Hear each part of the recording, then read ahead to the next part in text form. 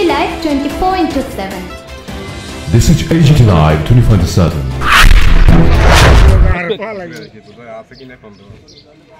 এটার কোনো উন্নতি নেই এই পর্যন্ত 50 বার বোধহয় এটার মাপছে শুধু মার্কেটে ভাই পর্যন্ত আর ভাই আমি কইলাম যে এই যে মিডলের এই যে স্টলগুলো ভাঙা দিয়ে এক চালার মতো একটা সেট করে দিলে বড় করে আর সবজি তো প্রত্যেক দোকানদারের একটা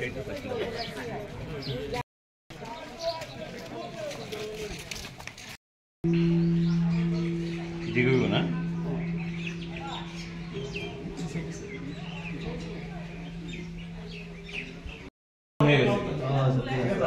গতকালকে ওপেন করছি আমরা একটা স্কুটিনি করার পরে আমরা একটা ফিনান্সিয়াল বিট ওপেন করব এরপর আমরা যে অ্যালবাম নিব আমরা যেটা দিয়ে আসতে পারবো আপনি যে আট পয়সা সকালবেলা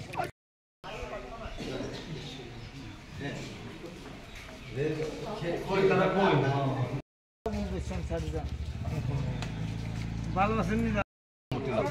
সম্মতি লাভ আমি চেয়ারপারসনের বহুত পছন্দ আপনার লাগে বুঝলেন না কাজ করতে আপনার একটা কথা কইনি এই মুহূর্তে আমরা সাবরুমের একদম আন্তর্জাতিক সীমানা বাংলাদেশের সাথে ফেনী নদীর পারে আছি এই জায়গাটার নাম হলো গাংফিরা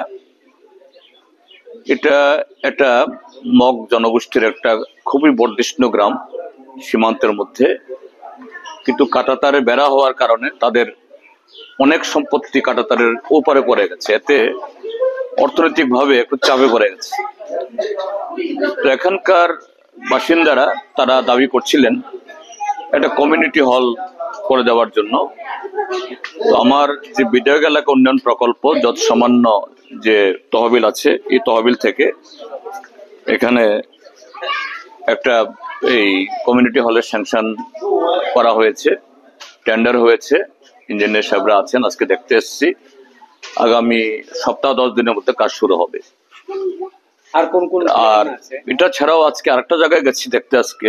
সাবরুম যে মার্কেট শহরের নগর পঞ্চায়েতের মধ্যে ওইখানে একটা যারা সবজি বিক্রি করেন ডেলি তারা দীর্ঘদিনের দাবি এটা সেট করে দেওয়ার জন্য তো আজকে এটাও স্যাংশন হয়েছে কিন্তু যেহেতু নগর পঞ্চায়েতের মধ্যে নগর পঞ্চায়েতের আরো বড় প্ল্যান থাকতে পারে বিভিন্ন স্কিম থেকে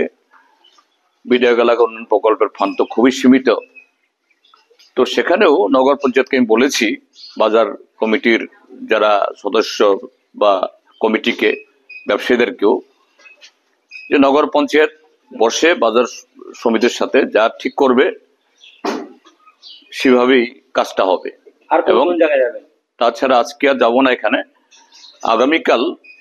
আমার এই বিধানসভা এলাকার মধ্যেই এই পূর্ব টেক্কা তারপর পোয়াংবাড়ি